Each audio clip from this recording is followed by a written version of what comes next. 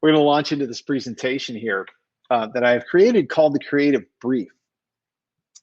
But let me forgive me for just a second, and let me adjust this screen. All right.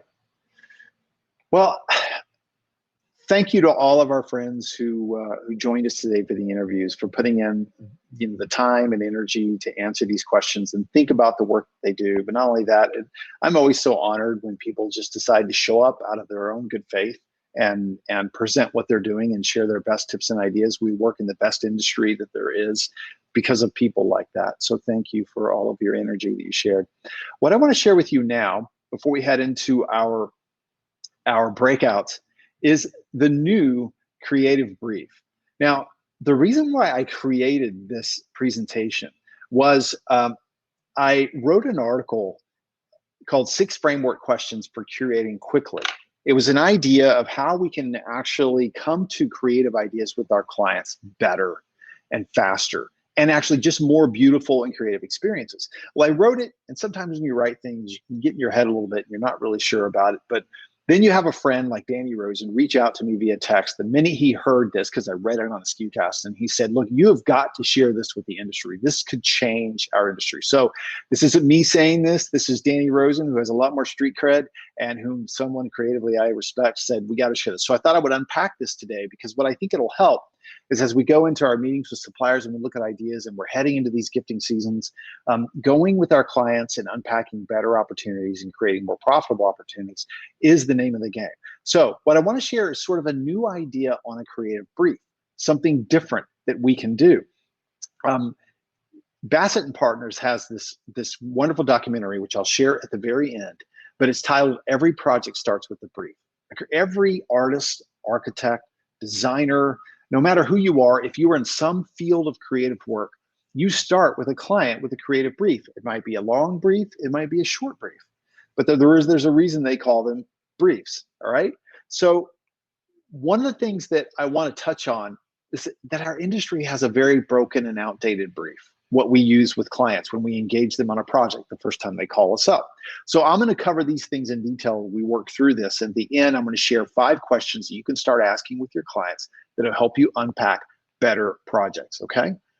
But first of all, understand that everybody has this problem. In fact, if you're an architect, if you're a designer, if you are an agency, no matter what you do, your client comes to you with a request and it sounds like this. We need a blank. We need a gift for our employees. We need a hat. We need a shirt. As you heard Cindy talk about diverting clients to better projects. We need blank. Well, the amazing thing is the world's most famous architect, Frank Gehry, actually has the same problem. He has clients come to him and they say, we need a building. Now, what Gehry said was this. Gehry said, the client hires you. So the client is the priority. But you can't just build a building based on what the client says, because their vision is based on what's normal. See, you're the expert. You're the one that knows all of the industry resources. You have this incredible bank of suppliers. You have your colleagues who are amazing partners. Some are great at design. Some are great at traffic control. You are the master. You have these incredible things at your disposal, just like Frank Gehry, with all of his experience, knows building materials, knows design, knows architecture. So the client hires you. We don't just take dictation from our clients. We want to create an exceptional experience. Because when you do that, when you take what the client asks of you, and you realize that a creative brief is a two-way conversation, then you realize the client just doesn't want a brick building. You can put your unique imprint on the projects you create for your client, and you can also put their unique imprint because it's their brand. And this is the type of work that Frank Gehry comes up with, is that they don't just want a building. They want to build something unique and exceptional, right? So that's what we need to start unpacking. Now, there are creative briefs that come from clients of all kinds. Like, here's a musician that some of you might know, with an artist that some of you might know. And this creative brief looked like this. Dear Andy, I'm really pleased you can do the artwork for our new hits album. Here are 2 boxes of material which you can use and the record. In my short, sweet experience, the more complicated the format of the album, e.g. more complex than just pages or fold out, the more effed up the reproduction and agonizing the delays. But having said that, I leave it in your capable hands to do whatever you want. And please write back saying how much money you would like. Doubtless, this is my favorite part actually, and all of you who work in manufacturing and production and deadlines, all of us that are in the deadline business appreciates this. Doubtless, and Mr. Al Steckler will contact you in New York with any further information. He'll probably look nervous and say, hurry up, but take little notice. Love, Mick. One of my favorite creative briefs of all time. So creative briefs come from your clients in all kinds of ways. Now, the way a client comes to us in our industry with a brief is this. The old brief sounds like this. Your client, we need a blank, as I mentioned earlier. But then we have a sort of honestly, it's not a creative brief at all. We have a response that's so ingrained in all of us. And it's not even what I would call a brief. It sounds like this: item, imprint, quantity, in-hand date, and budget. That's our idea of a creative brief with clients. Why? Because those are very, very important details. We have to get those details. But that doesn't touch on the most important parts for the client. In fact, those are important production details. These are logistics. It's not strategy. It's basic. It's just ground level basic ideas that we need. So what we need is really a new brief. Remember, you're not a sourcing agent. You're an experience creator. And I'll pause for a minute and acknowledge that you get projects and orders all the time. You're very, very busy. What I'm suggesting is you're having conversations with clients all the time. I'm just suggesting how we talk with our clients so that we can unpack more opportunities. In fact, John Vo, who many of you know with Whoopla, is one of my favorite examples. There's John in his famous bat suit because he did a video for us for SKUCon swag, and I just love that image. Talked to John just yesterday. John said that item, quantity, in-hand, imprint, budget, those are all rules to be broken. I mean, break the rules. Those are suggestions. Those are, as the pirates would say, just guidelines, right? John had a Coachella VIP gift. Client came to him and said, we need X thousand items. I think it was like, I forget the number now. John will have to correct me. X number of items. Well, here's our unit price. And the unit price was fairly low and the quantity was fairly high. But John looked at all those things and went, wait, we're recognizing influencers at Coachella with the VIP gift. And this is what the client said they wanted. But John said, I don't dig that. In fact, what John did, John came up with a better idea. It was 6 times higher on the unit price, 6 times higher on the unit price than what the client asked for, but the quantity was far less. So what he did was he met the budget, but he met it in such an exceptional, creative way. And I love how John did that. Here's the cool part. They increased the order by 20% and they reordered. How's that for a win? That's what happens when you break the rules. That's what happens when we do things a little bit different and we create our own creative brief. So here's the new creative brief, right? Just 5 simple steps that I want us to do. There are 5 questions, actually. This will help you unwrap your best work, your most profitable work, more easily. First, I'm taking it for granted that everyone here understands their clients' brand's raison d'etre, their reason for existing. You know, why does your customer exist? They're in the so-and-so industry, but are they really in the so-and-so industry because of what they do? What's their passion? What's behind their business that's passionate? If your client is Away, the famous luggage brand, the senior VP of brand at Away said, we've never been a luggage brand. We've always been a travel brand. And when you look at their marketing, when you look at their social, you can see everything about their work celebrates travel. We're all getting back to travel again. And this is what is an important part. In fact, when you go to their About page on their website, you'll see that their employees are all pictures of them while they're traveling. So they're a travel business. And understanding your customer's intent, purpose, and mission is a way for us to build affinity around that mission. A senior vice president of a very large company said to me once, and keep in mind, I'm the promotional person. I'm not like a senior VP in her communications and marketing department. I'm a partner of theirs, a resource partner. She said, everything we do should validate the investment that our customers have made in this brand. Everything, from everything you sell to everything we do. And I always thought that was really rich because our work matters. All right, here's the 5 questions. I promised I would get to those. Number one question is, what is the problem that we're trying to solve here? Are we really just getting employee gifts? Are we actually delivering employee gifts at a time when employee morale is low and when the this season where there's such massive turnover in some of these companies and they're having retention problems. That's the problem we're trying to solve. That is the real problem we're trying to solve here. So what problem is being solved? I love what Mark says with a project. When the client comes to you with, we need an X, start with the problem, not the product. Start with the problem, not the product. When you think about what you and I sell, everything we sell is meant to move an audience from one place to another, from disinterested to intrigued, from doubt to belief, from exhausted to energized, from despised desire. This goes on, from delay to do, closed-minded and open-minded. If you sell a safety program, then you realize that you're trying to get folks open-minded about safety regulations, from apathy to interest, from abstaining to trying, from naysayers to advocate, from obligated to passionate.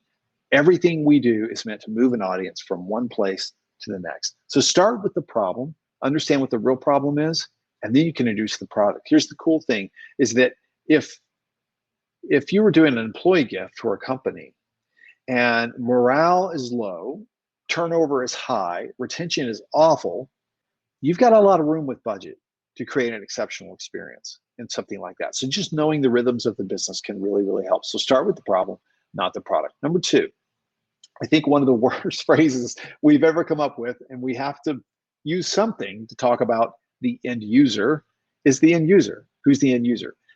It sounds like a commodity, and I realize it's semantics, and I realize who's the rejoicer. Who's the end rejoicer might be a little bit angelic, okay? I admit that. But we do need to change the language around how we're talking with our customers in our medium. Everything we sell is meant to surprise and delight. So we have to keep that in mind. And so we have to ask ourselves, this is what a great creative brief does. It asks who the audience is. Who's the end rejoicer? Not just our employees, but again, like I mentioned earlier, what's going on in the life of those employees right now? What's going on in the life of that audience? Who are these people to the company? More importantly, how do they help fulfill the mission? If it's a board gift, how do they help fulfill the mission? If it's an employee gift, if it's a community gift, if it's a supplier partner gift, how do they help fulfill the mission for that company? Who are they? And by the way, let me pause and say, if you think asking these kinds of questions every time might be a little exhausting for your clients, I'm not suggesting that you go through a linear path with every client, but you may want to use these with certain clients and in certain situations. Knowing these in the back of your mind will give you the flexibility to ask what you need to ask in the right moment. All right, so back to the end rejoicer. Where are they? Where this thing is landing is more important than ever, as we've all learned the hard way over the past 18 months. Where are they? And then when? Not needs by date, not in-hand date, but why is it important to create and deliver this now? Why are these sales gifts that we're doing for salespeople important in the history and lifespan of this company? Maybe they just eclipsed 20% in growth.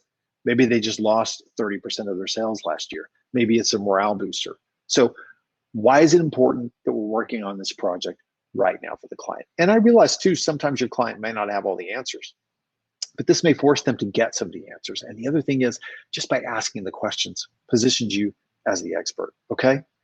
Cal McAllister runs this great ad agency called Wexley School for Girls out in the Seattle area. And I sat by Cal one time, and he turned to me and he said, Bobby, you know what business that you're in? And I was really curious. This was about a decade ago when I sat by Cal and saw him sort of sitting alone. I was like, why is Cal sitting alone? I need to go pick this guy's brain. He said, you know what business you're in? I said, I can't wait for you to tell me. He said, you're in the fan business. Like, you create fans. That's what you do. What do you call it? You're a fan factory. That's what he said. You're a fan factory. And I always thought that was great advice, because we're so consumed with logistical challenges and supply chain challenges that we forget the enchantment and the engagement that we can create with some of these experiences. And I've never forgotten that advice. Now, obviously, if you're selling to a sports team, you have fans, but that's what you're trying to do with your merchandise. In fact, when we used to do, I was a former distributor, and when we used to do program business in stores, we changed our language from building a company store to creating brand champions, because that's what an actual shop does, is it cultivates brand champions. The other, number three, is what's the imprint? Not what's the imprint, What's the message? What message are we trying to create? Imprint is important. So you have to know those details, but those are manufacturing details. Those are production details. What's the message the customer is trying to convey? Again, this is going back to intent, and purpose. Ask your client to fill in this blank. What we want to say with this project is, you're so important to us at this time. We know it's been a difficult season, and we want to recognize that. What we want to say with this project is blank. And it's a great mind exercise, honestly, for you just to find good product, just in your research and research tools. It's just to know this question in your mind. All right, they want to say this. How can we help them convey that particular message? And we can't forget that design always conveys meaning. From the colors that we choose, from the fonts that we choose, logo drops have their place, but how else can we convey meaning and a rich experience? All right, so one of the things we can ask on message and imprint is, what's the tone of this campaign? What is the tone of this campaign? Is it whimsical, animated? Is it bold? Is it comforting? Is it humorous? What is the tone of this particular campaign that we're doing? You'll see this is a shop created by the Cash App, and you can immediately, as you look at the images of this and you look at the apparel, they've created a tone of joy and fun and energy and an edge to it that's really, really cool. So they've captured that in all of the assets they've created. Asking about the tone of a project, and by the way, we will have this presentation available for everyone, so don't worry about writing any of this down. Sorry, I told you halfway through, but we can send this to you. But what's the tone of this campaign? What is the energy behind it? How are we going to design it? What's the functionality? How are we going to position this on our shops and our stores? Number 4, what's the ROE? What's the ROE? Not the ROI, but the ROE. What is the emotion that we want to return on? What is the engagement that we want to return on? And what is the experience that we're trying to create here? The emotion, how do we want recipients to feel when they experience this campaign? Joy, comfort. What's the engagement?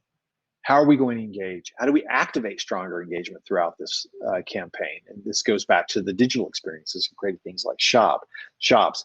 Asking your customer too, what's the bigger plan for engagement? Often what happens is your customer pigeonholes you to be the product person. And they say to you that we want you to source this, but they don't give you a glimpse into what else is going on. They might be doing an employee recognition day, but they're not telling you that they're shutting down for the whole day and they're doing all of these things. The more you know about a project, the more you'll unpack and profit in creative work. So for example, we are often given the event project. So they say, we have this presentation coming up and we need a gift to give at the event. Well, what are they doing before the event to invite people to come? What are they doing after the event to thank people for coming? So there's all kinds of things we can ask around the event. And I love this because it gets you into a very strategic conversation with your client. What's happening with you and your company right now that this day is so important? And I love the fact that we get to work on this gift. It really does open up a lot of doors. I mentioned how we can create a digital experience. You know, the more we can deliver on a digital experience that then the end result is then a special gift, the more anchors you tend to get in with the client. How can we incorporate other mediums? How can we incorporate print? How can we incorporate other ideas into this campaign? So all of this, from the emotion to the engagement to the experience, what's the ROE? All right. A good example of ROE is Peloton uses the We Are Peloton. If you're Peloton people, I don't want to hear about it. I'm just kidding. But if you're Peloton people, you know about this, or Wear Peloton. Sorry, not We Are Peloton. Wear Peloton. So there may be a hashtag. You might be able to bring some of these ideas to your client. But this is another one of those, what else is happening around this campaign that we need to know? Or what can we create to help build an exceptional campaign? You might want to have, if your customer's launching an employee day, you might be the one to bring this idea about a social campaign. They don't ask you to come for social advice, but you need to be giving kinds of things because you're involved in the whole experience and not just the product, okay? All right, number 5, not what's new. I've always hated that question. To be fair, our dear supplier friends, they have to use that. That's their world. They need to show you what's new in their line. That's what they're about to do in the supplier. But when I say I hate it with clients, because there are something like 750,000 to 1 million products in this industry. 99% of what we sell is new to your customer. So what's new doesn't ever really answer anything. Now, again, it's very important for suppliers, I think, to share that with us because we want to know what they've rolled out and developed that's new. So it's critical. But our question should be what's new, not what's new, but how do we bring out the you? How do we bring out utility? How do we bring out uniqueness? And how do we bring out unboxing?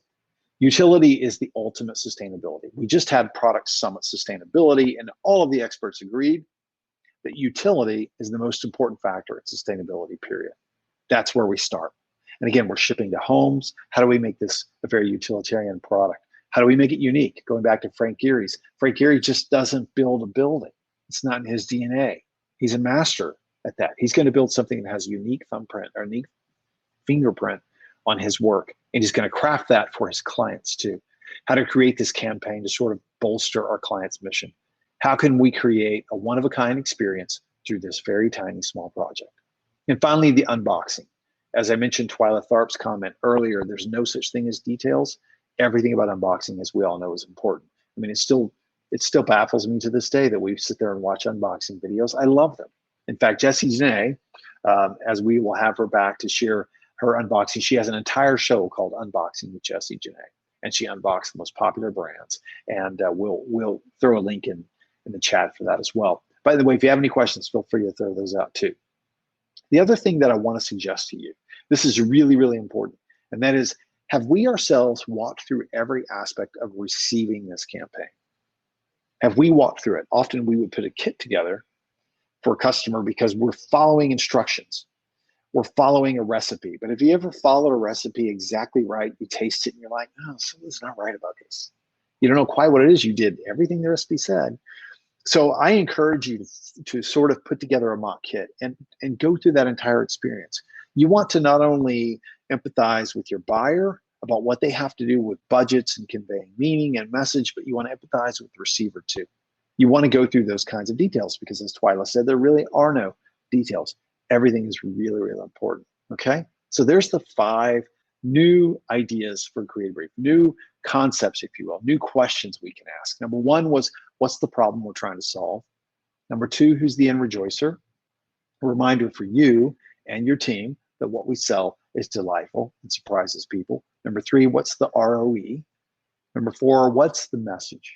And number 5, how do we make it useful, unique, and how do we create a very exceptional unboxing experience? Remember, when a client says, we need a building, you're the expert.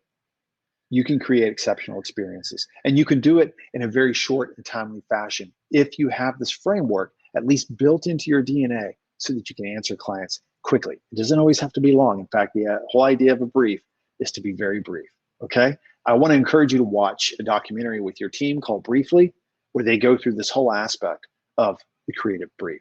So you can check that out later when you have some time. All right, now we're going to switch over to our product breakout sessions. I hope that was helpful. I didn't get any questions, so I hope you're still out there.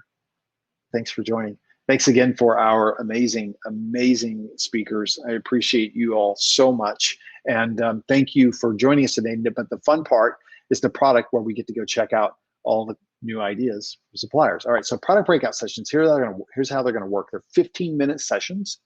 There are 6 tracks or 6 rounds of sessions, and there are a total of somewhere around 25 suppliers, something like that. So these are recorded and it will be shared. So just keep that in mind as you go into these sessions. You may not feel like you have to bounce around to all of the sessions. You can just stay put and know that you can watch the video later if you miss one. I did that last time because I didn't want to miss one supplier, and I watched the video later with another. The other thing I really encourage you to do is if you see a session you really love and you get those videos, I encourage you to sit down with your team and actually watch these. Have a lunch brought in and spend a few of these to create exceptional experiences. So we're going to head to our